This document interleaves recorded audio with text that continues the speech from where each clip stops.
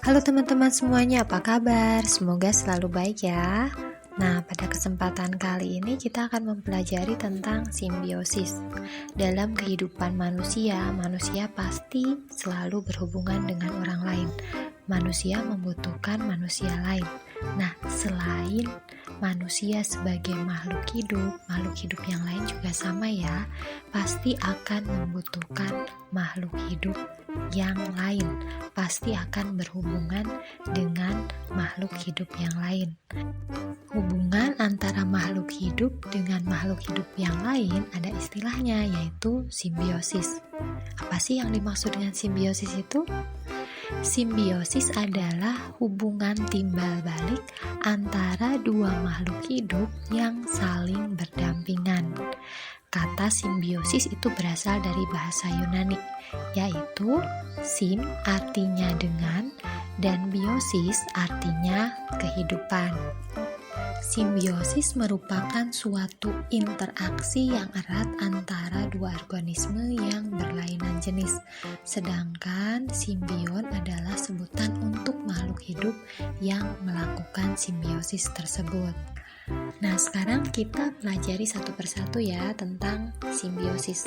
Simbiosis itu ada 3, yaitu simbiosis mutualisme, simbiosis komensalisme, dan simbiosis parasitisme.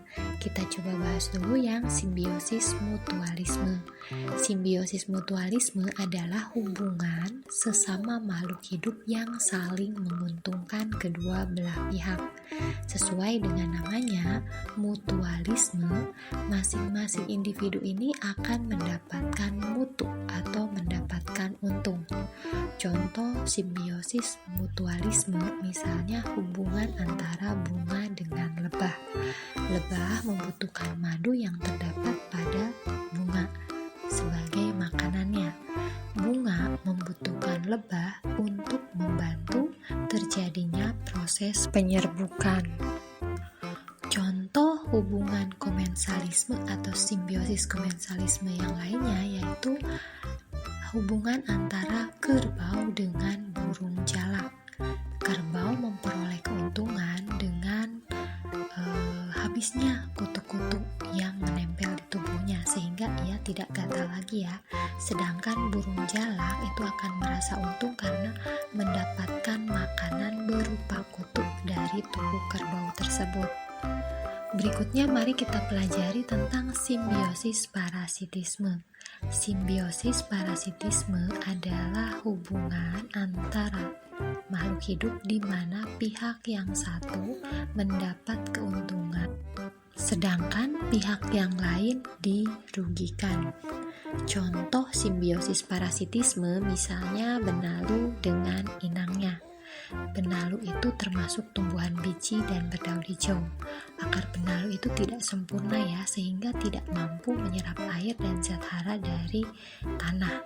Karena itu benalu harus menumpang di ranting tumbuhan jenis lain. Akarnya itu akan menembus masuk ke dalam jaringan pengangkut tumbuhan yang ditumpanginya.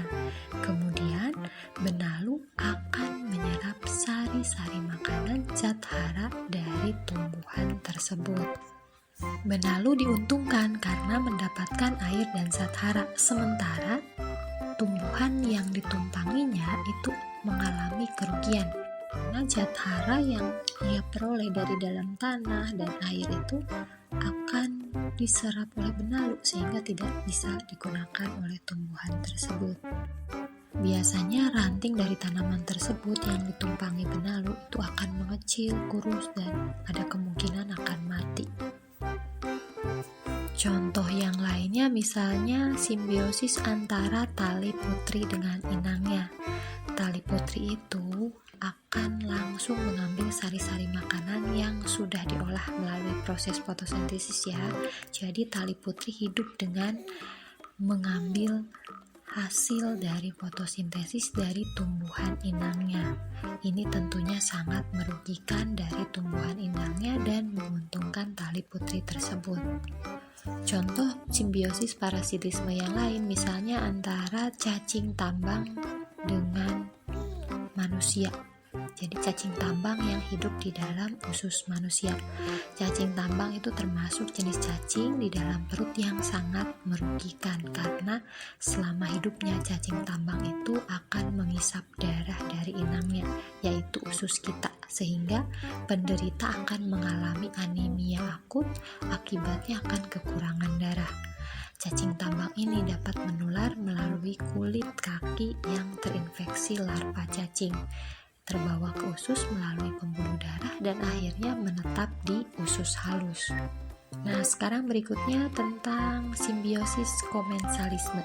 Simbiosis komensalisme itu adalah hubungan antar makhluk hidup di mana pihak yang satu mendapatkan keuntungan, tetapi pihak yang lain tidak dirugikan dan tidak diuntungkan, atau netral ya. Contoh simbiosis komensalisme misalnya antara tanaman anggrek dengan pohon mangga. Tanaman anggrek menumpang hidup di pohon mangga sebagai inangnya. Pohon mangga tidak diuntungkan dan pohon anggrek diuntungkan karena dia akan lebih mudah mendapatkan sinar matahari. Kemudian antara ikan hiu dengan ikan remora. Ikan hiu tidak diuntungkan dan tidak dirugikan, sementara ikan remora diuntungkan karena dia bisa mendapatkan makanan dari sisa-sisa makanan ikan hiu. Nah, demikian pembahasan kita tentang simbiosis yang meliputi simbiosis mutualisme, komensalisme, dan parasitisme. Mudah-mudahan dipahami ya. Dadah, sampai jumpa lagi.